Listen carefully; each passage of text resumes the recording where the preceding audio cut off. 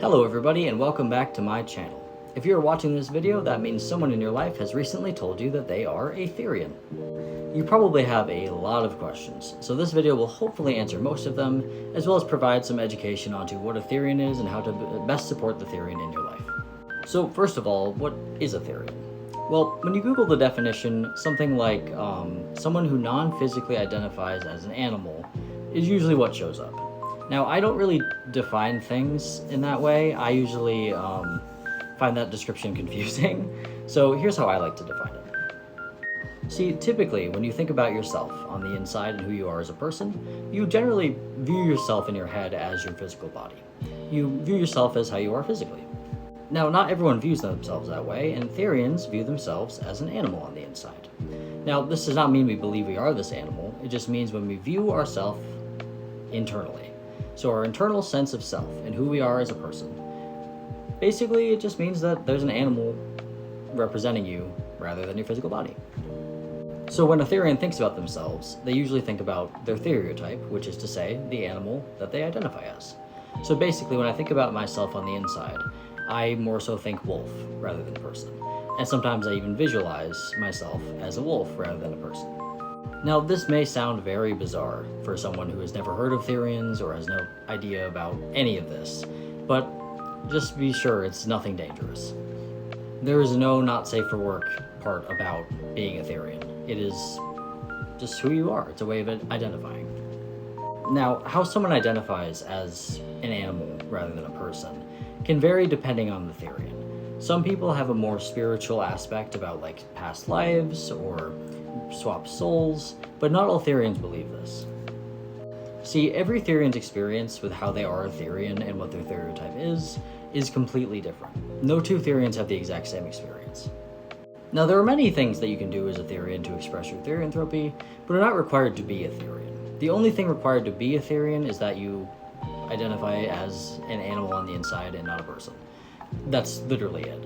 So the masks and the quads and the gear, those are secondary. Those are just ways to express being a Therian and are not required in any way.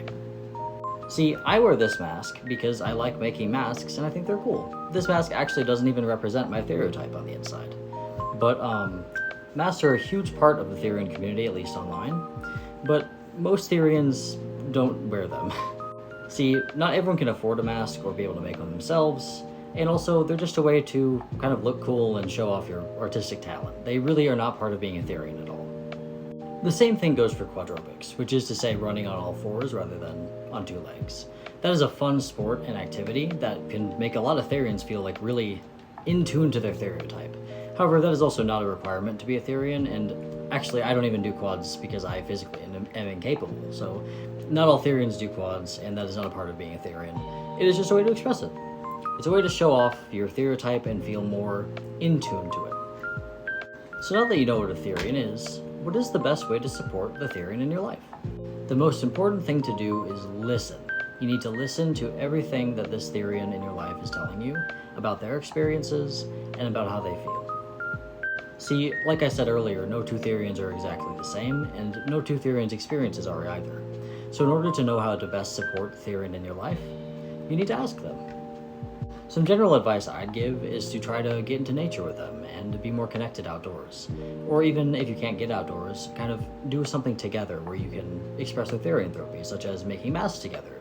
I have a few cardboard tutorials on my page if you want to make a quick and easy craft, but just doing something with the person in your life and talking to them and finding out about their experiences and being accepting and welcoming and non-judgmental is the biggest and most important thing.